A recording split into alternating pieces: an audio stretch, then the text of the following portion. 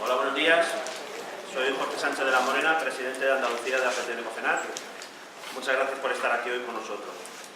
Les presento a Roberto San Antonio, presidente nacional de APTN-COFENAT y responsable de formación, y a José Luis Vallejo, vicepresidente de APTN-COFENAT y responsable de comunicación. Hola, buenos días. Le doy la palabra a José Luis Vallejo. Buenos días. Ante todo, daros las gracias por vuestra presencia en estas octavas jornadas nacionales de terapias naturales y agradeceros que compartáis con nosotros un rato de vuestro tiempo. Como sabéis, APTN-COFENAT es una asociación de ámbito nacional donde tienen cabida todas las terapias naturales, así como sus profesionales. El principal objetivo de APTN-COFENAT es la difusión de las terapias naturales y la defensa de estas terapias y de todos sus profesionales, así como la regulación del sector.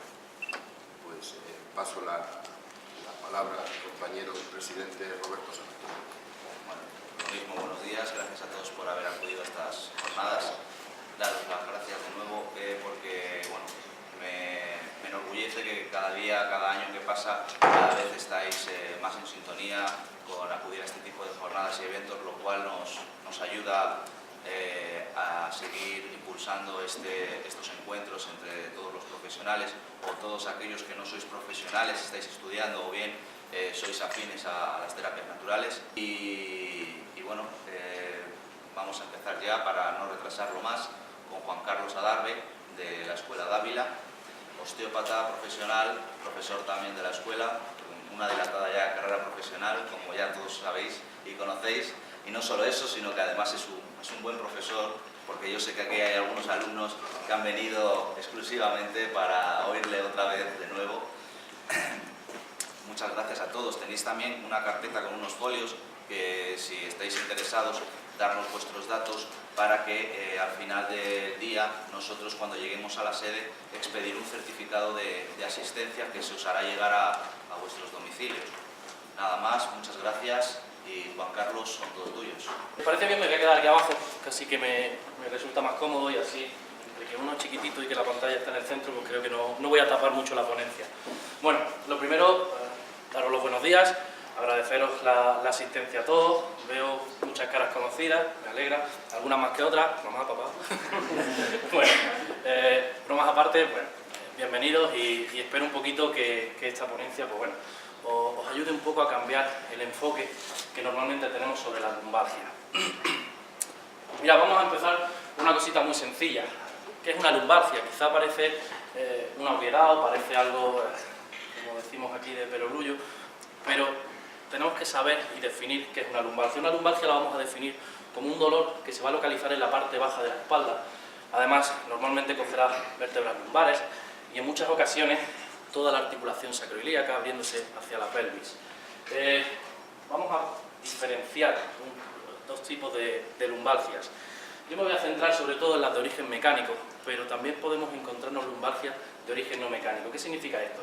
Cuando hablamos de una lumbalgia de origen mecánica, hablamos de una lumbalgia que tiene su origen en el sistema musculoesquelético, que tiene su origen en todas las tensiones de ese sistema o en el propio movimiento del sistema. Cuando hablamos de una lumbalgia no mecánica, la focalizamos más bien en lumbalgias que derivan de algún tipo de patología médica o de algún tipo de patología de tipo infeccioso, de tipo inflamatorio. También podríamos hablar largo y tendido sobre estas lumbalgias, así como pequeño apunte sin meterme demasiado, que sepáis que las lumbalgias de origen no mecánico mejoran mucho con las dietas y con la alimentación correcta.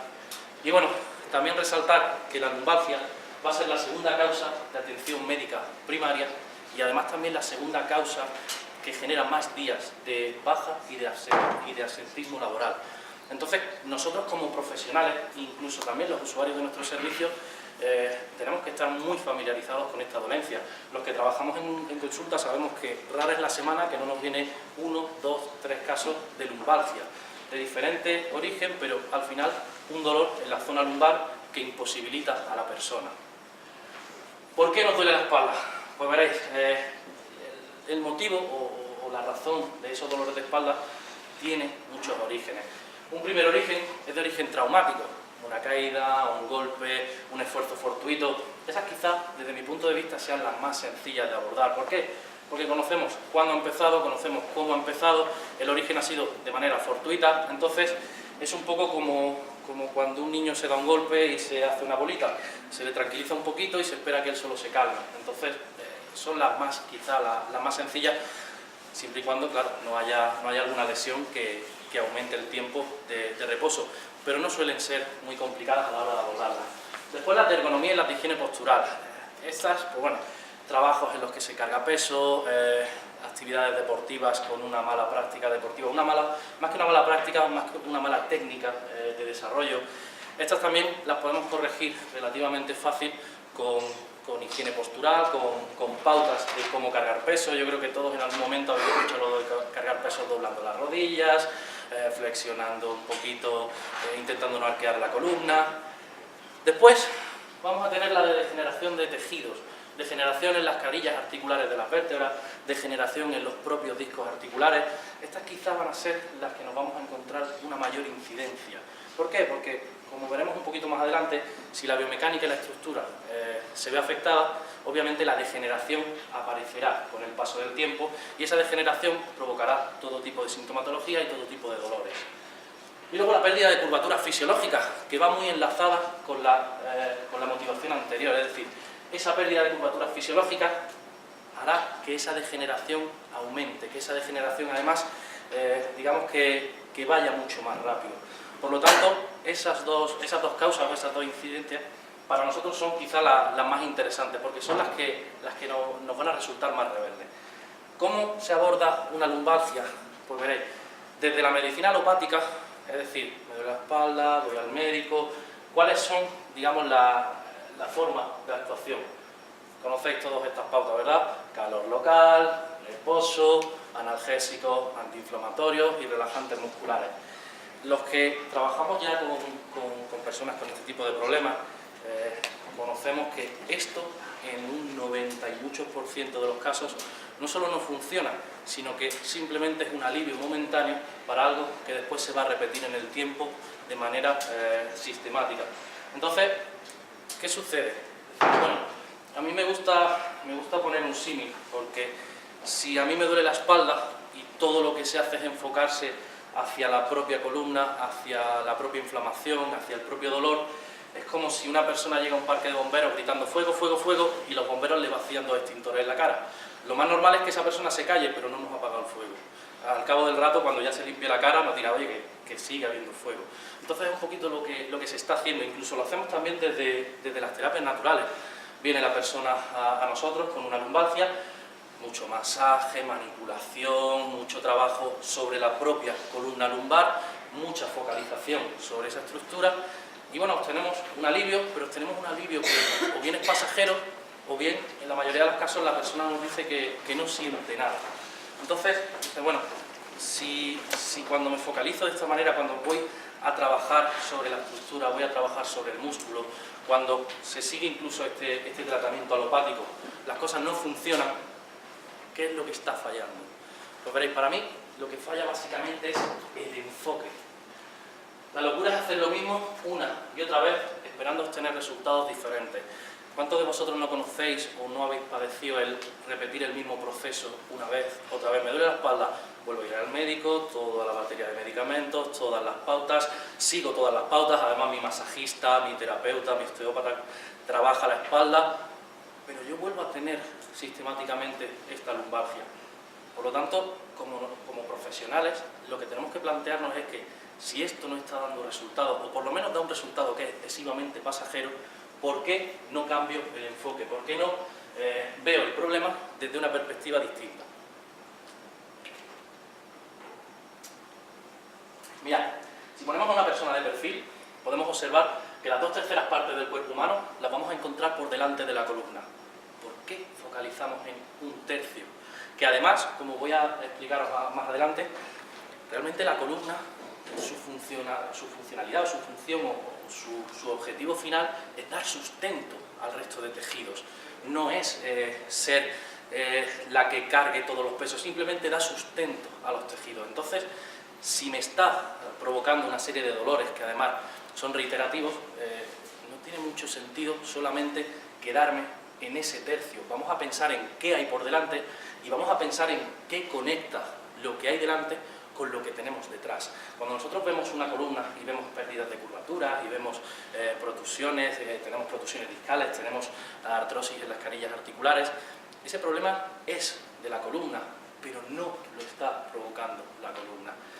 A mí en mis clases, a mis alumnos siempre me gusta ponerles el mismo símil. Si yo, que soy así de hueso ancho, bonito eufemismo, me pongo a tirar de una cuerda con un chico de 20 kilos, lo más normal es que proteste él. Lo lógico que es regañarme a mí o regañarle a él. Lo natural será regañarme a mí, que soy el que le está generando la tensión a él. Pues hasta ahora lo que estamos haciendo es, al que chilla, al que protesta, al que duele a fin de cuentas, le estamos además aplicando todo el tratamiento, y al que está generando la tensión lo dejamos que siga generando la tensión. Por lo tanto, ese dolor podrá pasar de manera momentánea o de manera transitoria, pero después volverá a aparecer porque no hemos eliminado la causa principal, que es la tensión. Entonces, para entender esas repercusiones o esas relaciones de todo lo que hay por delante de la columna con la propia columna, tenemos muchísimos enfoques. Si leéis libros, pues bueno, tenemos 1000 enfoques musculares, 1000 enfoques funcionales. Yo he cogido algunos como ejemplos para intentar ilustrar esa relación entre la propia víscera y la columna, que bueno, voy a ir desarrollando. El primero que os voy a hablar es un concepto osteopático visceral, que es la teoría de los 3 estanques. No me voy a meter a desarrollar esa teoría porque podría agotar la ponencia hablando simplemente de esa teoría, pero sí os voy a dar unas pequeñas nociones de en qué consiste esa teoría de los 3 estanques. Mirad, la teoría de los 3 estanques nos habla de que el cuerpo humano es un sistema hidroneumático que debe de estar equilibrado.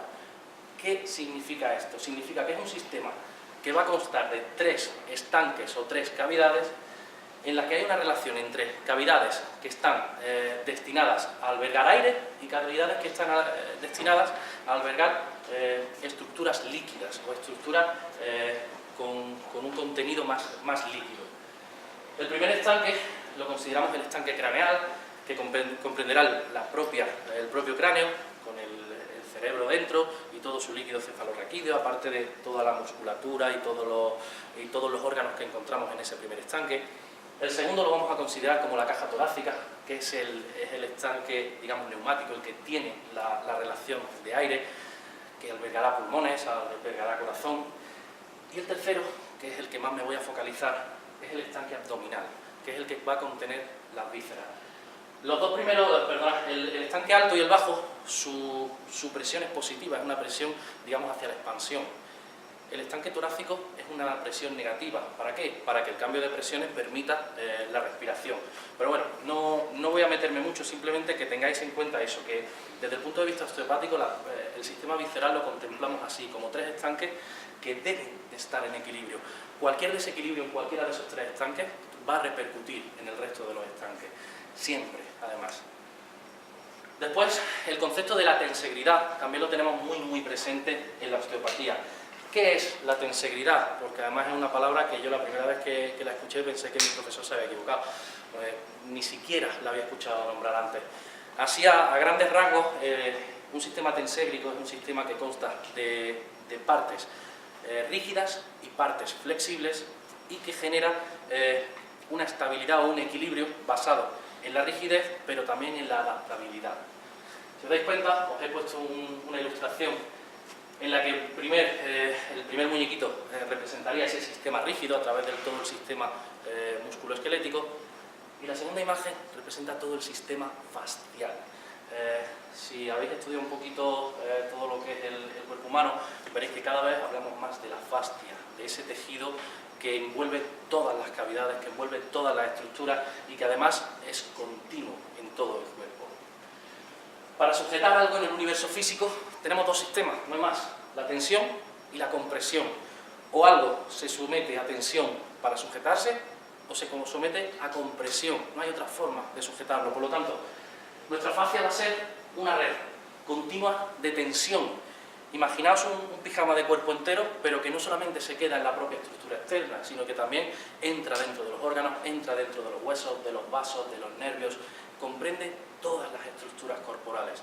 Entonces, es una red que es restrictiva. ¿Por qué? porque va a ayudar a que todo el contenido del propio cuerpo mantenga su tamaño, mantenga su espacio, para mantenerlo todo equilibrado. Pero también es flexible, para permitir la adaptabilidad. Entonces, a través de la fascia y de esa red de tensión, tenemos uno de los puntos del sistema tenségrico, la compresión, la caída del peso sobre la propia columna, sobre la propia estructura y sobre el propio sistema musculoesquelético. ¿Ok? Un poquito de agüita. Mirad. De esto se deriva que nuestra posición, cuando nosotros vemos a una persona de pie, es el resultado al final de nuestras tensiones internas. No es el resultado solamente de mi forma de moverme, no es solamente el resultado de mis hábitos posturales, también es el resultado de las propias tensiones que se generan dentro del cuerpo. Las cadenas fisiológicas, como algunos autores describen, ahora hablaré un poquito del concepto de Busquets o de las líneas faciales de Meyer, son las que van a programar y gestionar el movimiento y las que, utilizando tres principios básicos, van a regir todas las compensaciones y van a regir nuestra estructura. Ellas van a buscar el equilibrio, es decir, van a buscar que toda la estructura, digamos, sea funcional, que no haya un desequilibrio que lleve a una patología o que lleve a una degeneración excesiva. Van a buscar el confort, el evitar el dolor, siempre evitará el dolor, y al final buscará también el ahorro energético. El cuerpo es una máquina que lo que busca es ser lo más eficaz posible con el menor gasto energético posible. Entonces, cuando cualquiera de estos tres principios falla, aparece el dolor. ¿Y qué sucede? Que para el cuerpo, en la escala de prioridad, el dolor está en lo más alto. Si hay dolor, voy a compensar toda mi estructura, voy a compensar todo el sistema para tratar de evitar el dolor. Porque el dolor es digamos, el impedimento máximo. Todos hemos conocido a alguna persona que lo llamas y se giran así. Dice, bueno, no tiene movilidad en el cuello. Es prioritario girarte y que te duela. Siempre va a ser prioritario el evitar el dolor antes que mantener la integridad estructural. Entonces, si nos paramos a pensar y vemos evolutivamente al ser humano, a mí es una cosa que me gusta mucho, ver siempre al ser humano en su contexto evolutivo, porque nos acostumbramos tanto a ser ese animal dominante, inteligente y social, que se nos olvida que a fin de cuentas somos un animal, y somos un animal que ha evolucionado.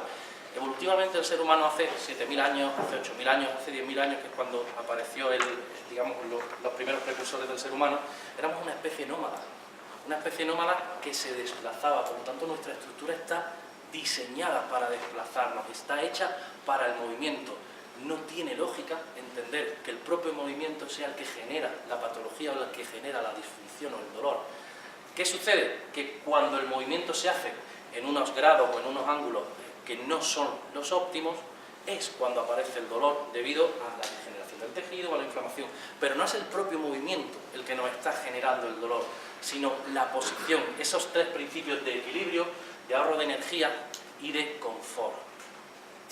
Entonces, mirad, no me voy a meter a profundizar mucho, voy a daros unas pequeñas nociones anatómicas, entre otras cosas para evitar que os durmáis o que me lancéis silla, pero sí tenemos que entender esa relación entre lo que es la propia estructura y lo que contiene esa estructura.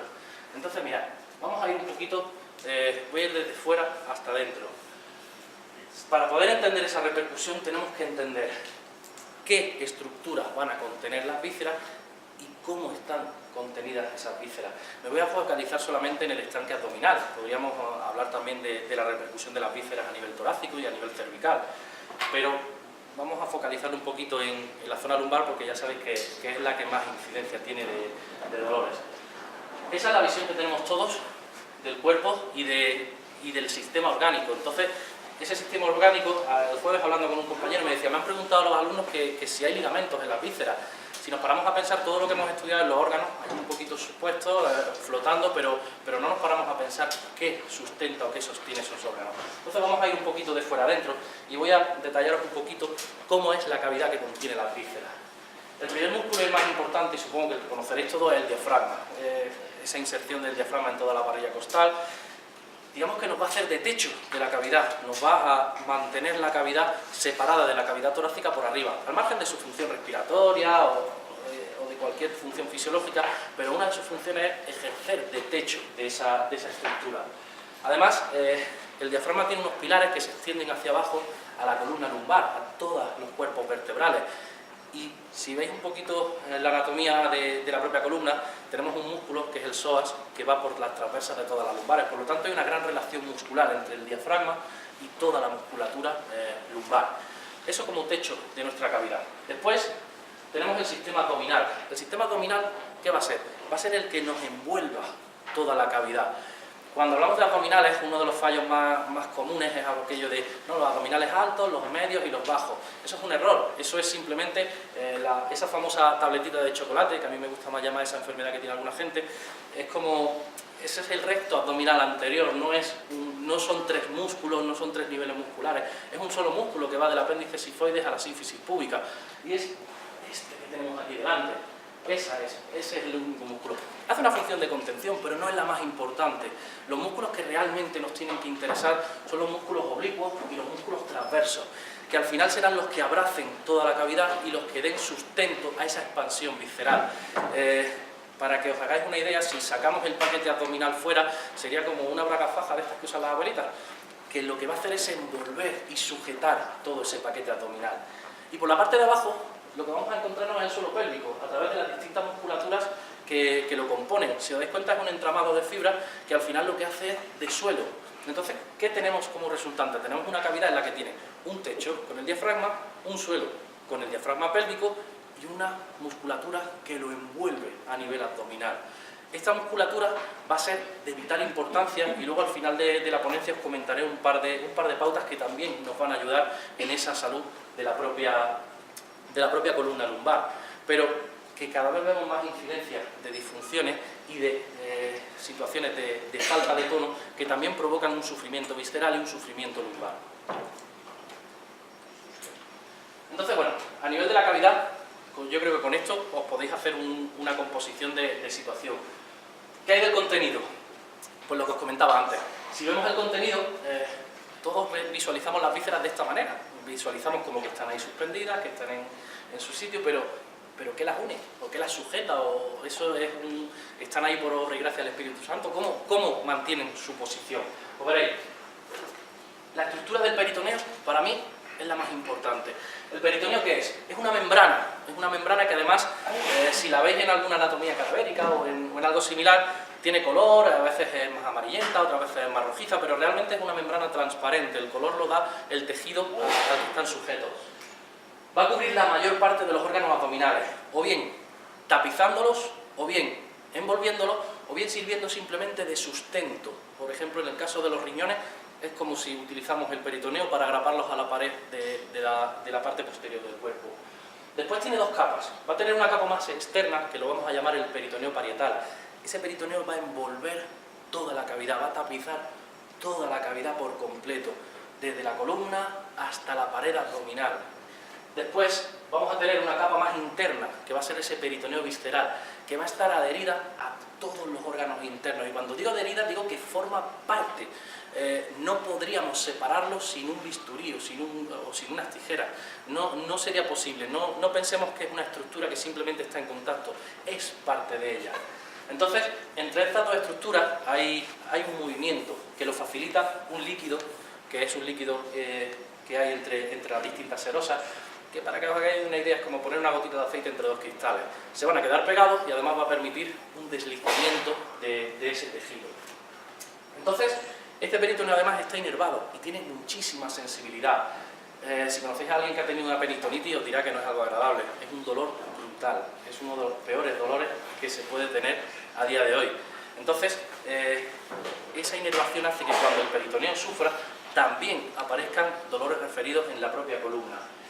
Y va a formar repliegues, que los vamos a llamar epiplones y mesos. Mirad, voy a dar algunas nociones muy básicas de esos repliegues. Si alguien tiene un conocimiento más amplio de anatomía, que me perdone, porque esto sería muy desarrollable, podríamos dar horas de clase simplemente hablando del peritoneo, porque es muy complejo, pero yo me voy a focalizar sobre todo en los mesos y en los epiplones, y además en los que sujetan todo lo que es el sistema digestivo. Todos los órganos internos van a estar sujetos por esos distintos repliegues, pero me voy a focalizar en los que sustentan el sistema digestivo. Mirad, Esto sería un corte de perfil de una persona. Entonces, lo que quiero que tengáis la visión es un poquito del peritoneo visceral tapizando los órganos, en este caso el hígado. Fijaos cómo genera varios repliegues distintos con distintos nombres, pero al final es un mismo tejido, es el propio peritoneo. El mesocolon, que lo que va a sujetar es el propio colon transverso, el mesenterio, que lo que va a sujetar es el intestino delgado, el mesosigmoides, que sujetará el colon sigmoides, el epiplón mayor, que va a colgar desde el colon transverso, y ese peritoneo parietal que va a envolver toda la cavidad completa. Si veis un poquito todo este sistema, imaginad la repercusión que cualquier tipo de inflamación a nivel digestivo, a nivel de intestino grueso, de intestino delgado, va a generar en la propia columna. Es una relación absolutamente directa, por lo tanto, está claro y palpable que lo que le suceda a las vísceras se transmite a la propia cavidad, se transmite a la propia columna. Entonces, pues bueno, ya os digo que esto sería muy desarrollable. De hecho, del mesenterio y de su raíz podríamos hablar horas y horas porque es una estructura muy importante, porque además también ayuda en la sustentación del duodeno y demás, pero bueno, simplemente para que tengáis la visión de la interrelación, creo que esta imagen es bastante descriptiva. Entonces, ahora falta entender un poco de qué manera una lumbalgia me puede causar directamente, de qué manera las vísceras me pueden causar directamente una lumbalgia. Muy bien. Leopold Busquet es un autor, un gran profesional, yo creo que todos los osteópatas hemos leído en algún momento algo sobre él. Dice que la estática es la resultante cómoda de la relación entre el contenido y el continente, cuya finalidad es el equilibrio más o menos cómodo, es decir, evitando en la mayor medida el dolor del ser humano de pie. Es decir, cuando hablamos de una estática hablamos de una posición de pie. Y esa estática, al final, es una resultante de esa interrelación. Si esa interrelación, uno de los dos factores, genera un desequilibrio, al final el cuerpo va a buscar una compensación para volverlo a su propio equilibrio. ¿De acuerdo? Mira, para Busquet estamos formados por unas cadenas fisiológicas. Sobre todo él se centra en las cadenas musculares, pero también tiene en cuenta una cadena visceral, que tendrá mucha relación con la propia estática. Son unos circuitos anatómicos y van a mezclar eso, la estática, la dinámica y las compensaciones, es decir, cuando estoy de pie, cuando me muevo y en caso de que sea necesario, las distintas modificaciones que tengo que hacer de la estructura para que yo pueda ser funcional con el menor dolor posible. ¿De acuerdo?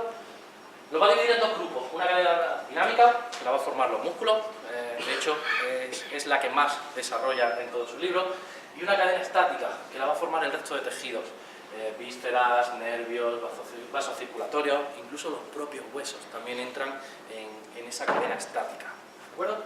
Mirad, os he puesto unos ejemplitos de algunas de las cadenas musculares de Busquet, no los he puesto todos porque, como ya os digo, podría ser eterno, pero simplemente para que veáis que en algún punto de la cadena siempre hay una relación lumbar y con ese estanque o con esa cavidad abdominal.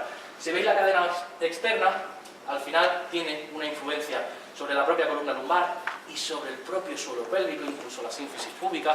Por lo tanto, cualquier disfunción también se repercutirá en esa cadena externa, en esa posición de esa cadena. Una cadena anterior que también va a pasar por la musculatura abdominal anterior y también por la sínfisis púbica. Una cadena posterior, igual, zona lumbar, si os dais cuenta, articulación sacroiliaca, incluso, aunque sea irnos a una zona más alta, o bueno, una disfunción a este nivel puede repercutir perfectamente a un nivel mucho más alto. Todos vemos posiciones de hombros adelantados, escápulas más aladas, pero sobre todo posiciones de la pelvis, aquella famosa frase de no, es que me han dicho que tengo una pierna más larga que la otra, que yo siempre respondo con lo mismo, la tenemos todos a nivel fisiológico, es una cosa natural. Otra cosa es que el hueso sea más largo que otro, para eso ya tenemos que hacer una serie de pruebas y es menos común de lo que nos imaginamos. Una cadena ventral o interna que seguirá siendo a nivel muscular, pero mucho más interna, y la que quiero un poquito desarrollar, muy básicamente, es la cadena visceral. La va a formar el conjunto de órganos, de glándulas y de tejidos que vamos a localizar en nuestras cavidades. Como ya os digo, yo me estoy focalizando sobre todo a nivel abdominal, pero pensad que es extrapolable a nivel torácico e incluso a nivel craneal. La vamos a encontrar delante de la propia columna lumbar. Por lo tanto, la repercusión, una vez que ya hemos visto la anatomía, es un poco lógica, es un poco natural.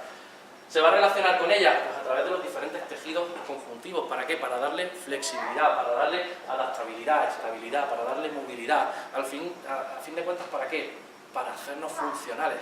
Al final el ser humano lo que busca es la funcionalidad de la estructura. Y después, pues bueno, va a influir en su estática, es decir, en su posición, y va a influir en su dinámica, en su capacidad de movimiento. Si mis propias vísceras me generan una presión o me generan una disfunción, obviamente el movimiento se va a ver reducido, porque como ya os he comentado antes, si se modifica la estructura, al final el movimiento también se puede ver reducido, se puede ver alterado de alguna manera. Entonces, ¿cómo repercute esa presión interna? ¿Cómo repercute esa presión abdominal? Mirad, si se genera un aumento de presión, imaginad, se genera un aumento expansivo, lo primero que vamos a tener que tener en cuenta es que la congestión va a imponer un aumento de las cavidades. Imaginaos una habitación en la que tenemos un globo que se va hinchando y llega un momento que el globo presiona contra las paredes. Si el globo son nuestros órganos internos, el cuerpo no puede dejar que reviente. Entonces, ¿qué es lo que va a hacer? Va a ampliar la habitación, va a darle cambios en la estructura para poder albergar más ese espacio extra que necesita. Después la lordosis va a ayudar a aumentar esa cavidad. Si yo genero una lordosis, genero una distensión del abdomen, eso puede aumentar el espacio disponible. Además, va a intentar focalizarlo en la víscera que necesita el espacio, aunque tenga que comprimir alguna otra víscera. Y luego, pues bueno, el aumento de la tonicidad de las cadenas posteriores, ¿para qué? Pues obviamente para mantener la estabilidad. Si yo voy aumentando aquí, en algún momento voy a desequilibrar hacia adelante. Por lo tanto, el aumento de esa tensión va a ayudarme a mantener mi posición, pero también va a aumentar la presión sobre las propias vértebras lumbares, con lo que pues aparecen problemas degenerativos, problemas discales, carillas, todo lo que os he comentado antes. Imaginemos, por ejemplo, pues bueno, un caso muy visible de esto, personas con un gran estreñimiento, personas con muchos problemas de gases, con algún tipo de inflamación intestinal. Una de las grandes causas será, una de las grandes repercusiones, perdón, será ese aumento de curvatura o esa disfunción en las curvaturas. Vamos a imaginarnos una disminución de presión. ¿Cómo se disminuye la presión? ¿Cómo? Pues por el descolgamiento de un órgano o simplemente por alguna intervención médica. Imaginad una mujer que se le ha hecho una histerectomía y se le ha extirpado el útero. Obviamente, todo el sistema visceral se mantiene por unas presiones. Es como si metemos un montón de globos en un armario. Yo puedo abrir la puerta y eso no se cae. ¿Por qué no se cae? Porque la propia presión de los globos los mantiene en su sitio. Si saco un globo, el sistema entero cae. Entonces, ¿qué es lo que va a hacer la estructura para que ese sistema se mantenga estable? Lo primero que va a hacer es que el propio continente se va a retraer sobre las vísceras, va a intentar abrazarlas aún más. Después, generará cifosis. ¿Para qué? Para provocar esa disminución. Si genera una cifosis o genera una rectificación a nivel lumbar, el espacio se acorta, el espacio se cierra. Y finalmente, pues bueno, aumenta la tonicidad de las cadenas anteriores y generará un bloqueo del diafragma. Imaginad que todas las cadenas anteriores se cierran, ¿para qué? Para abrazarse, para ajustarse al contenido visceral. Si esas cadenas se cierran y se ajustan, una de las principales situaciones es que ese bloqueo del diafragma. Y como ya os he comentado antes, esos pilares del diafragma que descienden a través de la columna vertebral tienen una relación directa con el psoas. Por lo tanto, tenemos otra vía de dolor para la zona lumbar, provocada nuevamente por este tipo de problemas. Y no solo el tema de la histerectomía, es muy común que el estómago pierda tonicidad y se descuelgue, es muy común que los intestinos cambien de posición y pierdan su posicionamiento, y todo eso va a repercutir en la columna con esa modificación en las curvaturas. Después tenemos otro enfoque, que es el de Thomas Meyer. Tiene un libro que para mí deberíamos de tener todos, que es el de las vías faciales de Meyer, los meridianos faciales. Y para él, el ser humano es un sistema tenségrico equilibrado. Ya os he hablado un poco de la tensegridad. Pues Thomas Meyer utiliza ese concepto de tensegridad desde el punto de vista de las fascias, tomando la fascia como el elemento prioritario. Para él la plasticidad, la capacidad de adaptabilidad de ese sistema es la clave de todo. Para él, la homeostasis, es decir, el equilibrio del cuerpo, se basa en el buen funcionamiento de esas estructuras. Y además también entiende las disfunciones desde esas propias estructuras. La fascia, para los que no os suene, la fascia es un tejido, ya os digo, continuo, envuelve y conecta todas las estructuras del cuerpo y de verdad visualizarlo como eso, como un pijama de estos que salían en los dibujos de cuerpo entero, pero que además se extiende hacia adentro, hacia todas las estructuras, huesos, músculos, vísceras. De hecho, el peritoneo, a fin de cuentas, es una fascia, la pleura en los pulmones es una fascia, entonces es el tejido, digamos, que últimamente estamos viendo que predomina mucho más en la propia dinámica y la propia estructura corporal. Las tensiones, porque como ya he dicho antes, un sistema tenségrico se basa en tensiones y compresiones. ¿Dónde están las tensiones? Las tensiones se basan en ese tejido, en ese peritoneo. Si os dais cuenta, este punto central representaría el ombligo. ¿Por qué? Porque es el primer punto en el que tomamos la nutrición, en el que tomamos todos los componentes necesarios para desarrollarnos como seres humanos. Y toda la cavidad es ese peritoneo, esas distintas fascias, repliegues, como queráis llamarlo. Entonces, es un sistema que es una tela que debe de estar siempre cambiando de tensión y adaptando esa tensión. Ese será el primer punto de ese sistema tenségrico para Meyer. El segundo, las compresiones, la propia columna, la propia estructura, cayendo por su peso y generando compresión. Si veis a los astronautas, cuando vuelven después de estar un año en la estación espacial, han crecido 4 centímetros. ¿Por qué? Hemos eliminado las tensiones, y al eliminar las tensiones se rehidratan los discos y se ganan en altura. Pero cuando volvemos a la Tierra, esas tensiones vuelven y volvemos otra vez a bajar de esa altura. ¿Por qué? Porque la propia estructura cae, la propia estructura pesa y además se equilibra de esa manera. Si habéis visto un muro de ladrillos, pues vale que el hormigón lo sustenta, pero si yo empiezo a apilar ladrillos y los pongo más o menos rectos, el muro se queda. Y si le doy un pequeño empujoncito hasta me aguanta. ¿Por qué? Porque la propia compresión de su peso lo mantiene. Por lo tanto, esa compresión y esas tensiones son las que mantienen al cuerpo unido y las que mantienen al cuerpo equilibrado. Ese es nuestro sistema tenségrico. Sería, ya os digo, mucho más desarrollable, pero a un nivel muy básico es un poco la visión que podemos tener. Estas son algunas de las vías fasciales, o algunas de las líneas que Meyer nos describe. En lo que ya os digo, aunque veáis formas musculares, no se ciñe únicamente a la propia musculatura. Tenemos una línea posterior superficial, que como veis tiene una influencia directa sobre la zona lumbar y sobre la articulación sacroilíaca, aquí detrás, que para mí es una de las articulaciones más importantes del cuerpo, porque va a regir mucho el movimiento de esos huesos ilíacos y además, por sus relaciones ligamentarias con L4 y L5, también va a generar cambios en el movimiento y en la disposición de la propia columna lumbar. Tenemos una línea frontal superficial que también comprende el sistema abdominal y toda la musculatura anterior del cuerpo. Una línea lateral, lo mismo, si os dais cuenta, todo al final pasa por la cavidad abdominal, por delante, por los lados, por detrás, cerrando todo ese sistema, cerrando todo ese espacio. Una línea espiral para darle al cuerpo aún más estabilidad, para darle también capacidad de movimiento. ¿Alguna vez habéis intentado andar utilizando la misma pierna y el mismo brazo a la vez? Es difícil, pero tela. ¿Por qué? Porque nos organizamos en unas líneas cruzadas también de funcionalidad, nos organizamos de acuerdo también a estas líneas fasciales, pero también concuerda con las líneas musculares que os he enseñado antes, con esas líneas de Busquets. Y esta quizás sea la que más nos interesa, que es la línea frontal profunda, es la que tiene más relación con todo el sistema visceral, porque esta ya va mucho más pegando a la propia columna vertebral y va mucho más en relación con el sistema visceral. Aunque el estudio del cuerpo no puede hacerse, por lo menos desde mi punto de vista aislado, no puede hacerse solamente teniendo en cuenta la propia musculatura o la propia estructura que focalizamos, pero sí podemos un poco ver las distintas relaciones que tienen con la estructura que nos interesa. Mirad, esta línea que os he puesto aquí es la misma. Si os dais cuenta, es una línea que tendrá una relación con toda la columna, focalizándose en toda la zona lumbar, y si os dais cuenta, abraza todo el paquete visceral. Además tiene una gran relación con el ligamento común anterior de la columna, es un ligamento que va por la columna entera. ¿Veis un poquito toda la línea azul? Se inserta a nivel fascial en la musculatura del suelo pélvico, por lo tanto también va a repercutir en esa cavidad o en ese equilibrio de la propia cavidad y en toda la pared abdominal anterior. Entonces, si tenemos todas nuestras vísceras con ese peritoneo sujetas a la columna y además tenemos esa vía fascial, es coherente y es lógico pensar que cualquier disfunción que afecte a nivel visceral va a afectar lógicamente a la columna, va a afectar a nuestra estática, va a afectar a nuestra dinámica y va a afectar a la sensación de dolor. ¿Cómo actúa este sistema de contención sobre el paquete visceral? Mirad.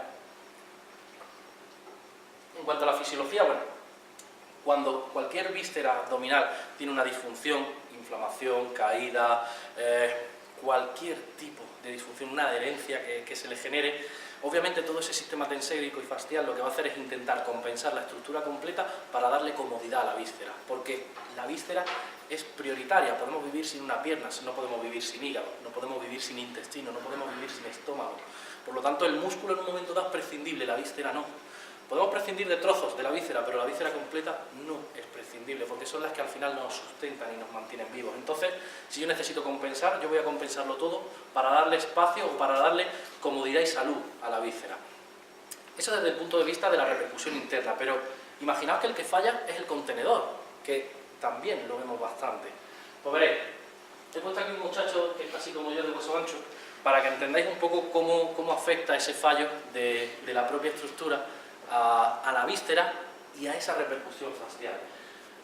Tenemos la columna, ¿vale? Lo he puesto aquí corriendo un poquito, pero simplemente pensad en una estática o pensad también en simplemente caminando. El primer estímulo que se va a generar es la respiración. ¿La respiración qué va a provocar? La respiración provoca un descenso del diafragma. Al descender el diafragma va a empujar el paquete visceral hacia abajo, lo que va a generar, por esa disposición del peritoneo, de los distintos mesos y epiplones, va a generar que las vísceras anterioricen, ¿vale?, caigan hacia abajo y hacia anterior. ¿Cuál es el abordaje osteopático para todo esto? Veréis.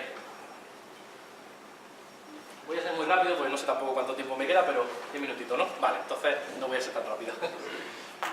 ¿Cuál sería el abordaje osteopático? Veréis. Yo en consulta a mis pacientes siempre intento transmitirles una cosa, y es que los milagros a Lourdes, es decir, no podemos pretender poner nuestra salud en manos de una persona y desentendernos. Entonces, para mí, en estos casos, por el motivo que sea la disfunción lumbar o el dolor lumbar, el primer paso consta de un trabajo de fortalecimiento de toda la musculatura abdominal y de toda la musculatura de suelo pélvico. ¿Por qué? Porque, como habéis visto, esa cavidad o esa musculatura de contención debe darle estabilidad a la columna. Si no le da la estabilidad necesaria a la columna, al final vamos a entrar en una disfunción. Entonces, pues bueno, yo a mis alumnos siempre les digo que, bueno, que aparte de estudiar quiromasaje o estudiar osteopatía, tenemos que tener unas pequeñas nociones sobre ejercicio y unas pequeñas nociones también sobre alimentación, porque también serán de relevancia. De hecho, si me quedan un par de minutos, os voy a dar un par de claves también alimentarias que os pueden resultar interesantes. ¿Cómo trabajamos o cómo recomendamos a una persona que haga ejercicios abdominales? Mira, a mí me ha llegado gente que desde su médico y demás le han dado una hojita en la que los ejercicios abdominales son todos ejercicios en los que hay levantamiento del tronco, torsiones. Desde nuestro punto de vista, eso es aberrante. ¿Por qué? Porque si ya tenemos una persona con una disfunción lumbar y además le generamos flexiones y rotaciones, vamos a aumentar la compresión y el cizallamiento de la propia estructura. Por lo tanto, la mejor forma que se está viendo para trabajar los abdominales es a través de ejercicios de tipo hipopresivo, es decir, sin ninguna presión sobre la columna, isométrico, es decir, manteniendo posiciones, o en desequilibrio, porque al final todo el sistema abdominal, aparte de para quedar estupendamente en la playa, sirve para mantenernos estabilizados, para mantenernos fijos en nuestra posición. Por lo tanto, cualquier ejercicio en desequilibrio ayudará a mantener ese sistema abdominal. Os he puesto unos más ejemplitos, pues bueno, de abdominales hipopresivos, abdominales en desequilibrio y abdominales isométricos. Si no conocéis nada de estos sistemas, os recomiendo que leáis un poquito y que os informéis, porque son una herramienta muy útil. Porque imaginaos una abuelita con 80 años con un dolor lumbar, yo no la puedo poner tumbada a hacer levantamiento, no, porque lo que voy a hacer es generarle más dolor y un abandono, pero sí le puedo decir que haga alguna posición que no le resulte excesivamente agresiva para que poco a poco vaya fortaleciendo ese sistema. Después, ejercicios de suelo pélvico, ejercicios de Kegel, no sé tampoco si los conocéis, pero siempre se los recomendamos a las mujeres. Los hombres también tenemos suelo pélvico, y también es importante que lo trabajemos, porque también se generan disfunciones. Cierto es que no se generan tantas disfunciones como en la mujer, porque estructuralmente la apertura de la vagina constituye un punto débil estructural, pero para los hombres es muy importante y para las mujeres es básico y vital. Esto es una cosa que debería de enseñársele a las niñas desde pequeñitas, desde muy pequeñitas, porque es al final salud para su propia columna vertebral. Y después el abordaje osteopático que vamos a hacer es simplemente relajar esos tejidos, relajar ese peritoneo, relajar esas fascias que van a unir y que van a envolver, pero previo trabajo de la propia persona. Obviamente cuando una persona ya viene con un dolor y viene con una situación muy álgida, tenemos que relajar esa situación, tenemos que quitarle el dolor y tenemos que aliviarle, pero tenemos que hacerle entender que si él o ella no se preocupa de mantener ese tono abdominal y ese tono de suelo pélvico, al final todo lo que nosotros hagamos va a ser simplemente pasajero, va a ser un alivio momentáneo. Podemos liberar un poquito toda la tensión que se ha generado, podemos intentar un poco, si hay una tosis de alguna víscera, reposicionarla, pero es fundamental que mantengamos bien el contenedor que va a contener esas vísceras. Tenemos distintas manipulaciones, liberamos adherencias en el intestino delgado, liberamos todo lo que es los distintos mesos y los distintos epiplones, y de esa manera vamos a devolver la normalidad a esa cavidad. Y como creo que me quedan unos minutitos, me comentan que me quedan 5 minutitos, pues mirad, voy a dar unos pequeños apuntes de lumbalgia de origen no mecánica. Cada vez más lo vemos también en consulta y lo vemos en clase y cuando hablamos con las personas. Hacer la prueba, preguntad a la gente de vuestro entorno cuántas personas se sienten hinchadas, cuántas personas tienen muchos problemas de gases, cuántas personas tienen muchos problemas de gastritis o todo ese tipo de problemas. ¿De dónde vienen esos problemas? ¿Cómo esos problemas también me pueden generar una lumbalgia? Veréis, si se genera una inflamación en el propio intestino delgado, os he enseñado antes cómo colgaba a través del mesenterio. El mesenterio, para que lo podáis visualizar mucho mejor, imaginad un vestido de gitana, la falda de un vestido de gitana, todos esos volantes son el mesenterio y el borde externo, ahí está cosido el intestino delgado. Y cuando digo está cosido, digo que para separarlo necesito un bisturí, no puedo coger un intestino delgado y sacarlo, simplemente tiraría de toda la tela. Eso va anclado a la columna a través de la raíz del mesenterio, que antes os he comentado. Pues imaginad que vuestra alimentación, vuestros hábitos alimentarios generan una inflamación de ese intestino delgado. Yo no soy nutricionista y tampoco quiero meterme en abordajes alimentarios, pero sí os voy a comentar un poquito cosas que podemos hacer y que quien quiera probarlo y se sienta con esas inflamaciones, pues bueno, verá cómo encuentra mejoría. El primer pauta o la primera pauta que cuando tenemos esa hinchazón debemos de tener en cuenta es los productos lácteos. Es decir, no voy a hacer ninguna apología del no consumo ni del consumo, Dios me libre de meterme en esa batalla, pero sí deciros que estadísticamente el 70% de la población mundial tiene algún tipo de intolerancia, no completa, pero sí parcial. Entonces, ¿qué sucede? Que todo eso va a generar gases, va a generar una serie de inflamaciones. Y hemos visto que cuando le recomendamos a las personas que reduzcan su consumo de lácteos, esa inflamación mejora. A veces no remite completamente porque hay otros factores que influyen, pero sí mejora sustancialmente. La segunda pauta que podemos tener en cuenta es tener en cuenta también el consumo de cereales. ¿Por qué? Repito, no estoy diciendo que sean malos, estoy diciendo simplemente que también estamos viendo, y hay muchos estudios que ya avalan, que hay personas que sin llegar a ser celíacas tienen cierto grado de intolerancia al gluten. No significa que sean completamente alérgicos, pero que sí que les genere también unos procesos inflamatorios a nivel intestinal. Por lo tanto, si el intestino en sí, el propio órgano, se inflama, obviamente la tensión a través de ese mesenterio va a ir al propio peritoneo y va a ir a la propia columna lumbar. Y luego, pues bueno, el tener en cuenta también los problemas de estreñimiento, tener en cuenta los problemas de cualquier tipo de congestión abdominal que se deriven de una infección bacteriana o que se deriven de cualquier gastroenteritis. Pensad que cuando existe una gastroenteritis o existe una infección de cualquier tipo en el sistema intestinal, se van a generar una serie de adherencias y esas adherencias van a dificultar el movimiento de las vísceras dentro de la cavidad y al final, ¿quién va a intentar compensarlo? Primero la fascia y después la estructura. Por lo tanto, cualquier tipo de patología que hayamos pasado, pues ya os digo, una gastroenteritis o una infección de cualquier tipo, después generará una repercusión en la propia estructura. ¿De acuerdo? Y bueno, creo que con esto ya os podéis hacer un poquito una idea de por qué tenemos que tener en cuenta todo el sistema visceral y por qué, por lo menos para mí, bajo mi punto de vista, cuando alguien viene con una lumbalgia, lo primero que hago es tumbarlo boca arriba, y lo segundo es decirle que me haga caso, y lo tercero es decirle que no se preocupe, que sé lo que hago, porque nadie tiene en cuenta que se le puede aliviar una lumbalgia desde el abdomen, pero sí os recomiendo a los que seáis profesionales de esto, a los que estéis estudiando, que hagáis esa prueba. Simplemente, cuando os encontréis con una lumbalgia, abordarla visceralmente, y ojo, no olvidemos que también hay que trabajar la parte posterior, que la musculatura también tiene relevancia, pero para mí, prioritariamente, vamos a tener en cuenta el sistema visceral. Probadlo y si os funciona, pues bueno, no habré dicho muchas tonterías. Gracias por vuestra atención y espero que os haya resultado interesante. Y gracias también a COFENAC por invitarnos a estas sesiones, que venimos encantados todos los años.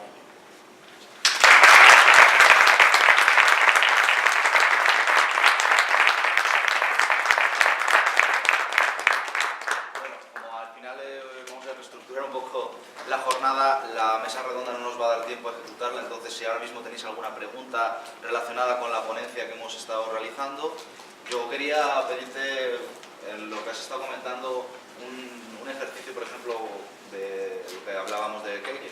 ¿Los ejercicios de Kegel? Pues mira, ¿cómo sería? Se tenía la creencia antes de que cortar la orina cuando se va al cuarto de baño era la forma de trabajarlo. Eso es un error. ¿Por qué? Porque la orina tiene una función de limpieza de los sistemas urinarios. Entonces, la orina vamos a dejarla salir. ¿Cómo trabajamos en los ejercicios de Kegel? Pues en el caso de las mujeres, simplemente contracciones de la musculatura vaginal y de la musculatura anal. En el caso de los hombres, contracciones de la musculatura anal. En el caso del hombre hay un ejercicio que es muy ridículo, pero bueno, también ayuda, y es que con una erección os ponéis una toallita pequeña, no seáis vacilones tampoco de poneros la grande, e intentáis hacer pequeños levantamientos. Y en el caso de las mujeres, pues ya os digo, es un ejercicio que podéis hacer estando sentadas en cualquier momento, que es simplemente generar esa compresión en los propios músculos. Otra de las formas bastante útiles es utilizar las bolas chinas típicas, que yo supongo que todos conoceréis, incluso las hay ya con lastre y con peso. Es un artículo que encontramos muy baratito en cualquier tienda y que generan un gran beneficio a corto y a largo plazo. Entonces, pues bueno, si os sirve de ilustración. ¿Este sistema que estás comentando último es con las manos, el de las bolas chinas? No, las bolas chinas son unas bolas que van unidas por un hilito y tienen un hilito que sale y se meten dentro de la vagina y la mujer tiene que mantenerlas dentro. Si intentamos hacer eso con las manos va a ser complicado. ¿Una anomalía que se ponga el dolor antes que el equilibrio? No, porque ten en cuenta que el dolor al final genera una irritación del sistema nervioso también. O sea, el cuerpo, al final tu cuerpo es, digamos, el sirviente de tu mente o de tu cerebro. Si tú estás completamente dolorido, tú eres incapaz de realizar ninguna actividad. En cambio, si tú estás así pero no te duele, tú te puedes mover. Por lo tanto, el equilibrio siempre va a estar por detrás del dolor. Y el que haya sufrido un gran dolor dirá que mientras esté tumbado y tranquilo y no le duela, no hay ningún problema. Prefiere que no le duela, prefiere a poderse moverse con normalidad. Entonces, siempre el cuerpo busca antes aliviar el dolor y después el equilibrio. Ahora, eso sí, con el equilibrio siempre tiene en cuenta dos factores, y es mantener horizontal la línea de los ojos y el oído, porque son nuestros receptores, uno de equilibrio y el otro que nos enseña lo que tenemos delante. ¿Sí? ¿Los hipopresivos se recomiendan cuando hay inflamación abdominal? A ver, los hipopresivos realmente son unos abdominales que su incidencia lesiva es prácticamente nula. Obviamente, como en cualquier ejercicio, hay que graduar un poco la intensidad. No voy a hacer un hipopresivo muy profundo. Si hay una inflamación intestinal, hablamos de una inflamación normal, no patológica. Si hay una inflamación normal, pues bueno, de una mala alimentación o de cualquier tipo de problema de ese tipo, no tienen que generar un problema. Otra cosa es que tengamos una peritonitis, en ese caso, eso es problema de los médicos, no es problema nuestro. O que tengamos alguna patología inflamatoria ya más severa. En ese momento es que ni siquiera está indicado el trabajo manual. Simplemente, primero, esperar a que eso se aborde desde un punto de vista médico y después ya nosotros trabajar sobre las propias secuelas. Pero en principio, el trabajo hipopresivo es el de menor impacto. ¿Alguna pregunta más? ¿Sí, no? A nivel emocional No. no he dicho nada, pero a Es... nivel emocional, si me hablas de que puede haber inflamación en el intestino y Ujú. o sea, a nivel emocional yo creo que es una parte que no se toca, pero creo que Sí, quizás fuera la otra pata del banco. Yo en mis clases a mis alumnos siempre les digo que en cualquier disfunción, en cualquier dolor, siempre hay un componente emocional. Siempre, siempre. ¿Por qué? Porque somos seres emocionales, somos seres sociales y somos seres emocionales. De hecho, yo siempre cuento una anécdota de una bronca que tuve con una doctorada en farmacia que me hablaba de un estudio con ratas, Le dije, vale, pero la rata no tiene hipoteca, no tiene un niño que tiene problemas, no tiene... por lo tanto, el factor emocional, pues sí, quizá a lo mejor no lo he abordado porque también sería meternos en mucha más... Bueno, tenemos la ponencia de última hora de la mañana, que es salud emocional infantil, con José Antonio Sande. Podéis aprovechar, comentarle esa pregunta. Pero que sí, que en ese sentido estoy absolutamente de acuerdo. Para mí en todo dolor y toda disfunción hay un factor emocional. De hecho, pues bueno, muchas veces la propia pliegue sobre el diafragma tiene mucho que ver con cómo me siento conmigo mismo, las relaciones con mi pareja pueden focalizarse a nivel lumbar, los órganos, cada órgano tiene asociada su propia emoción, o digamos que se ven afectados por cada emoción, pero que sí, que indudablemente para mí el factor emocional está presente siempre. Pues muchas gracias.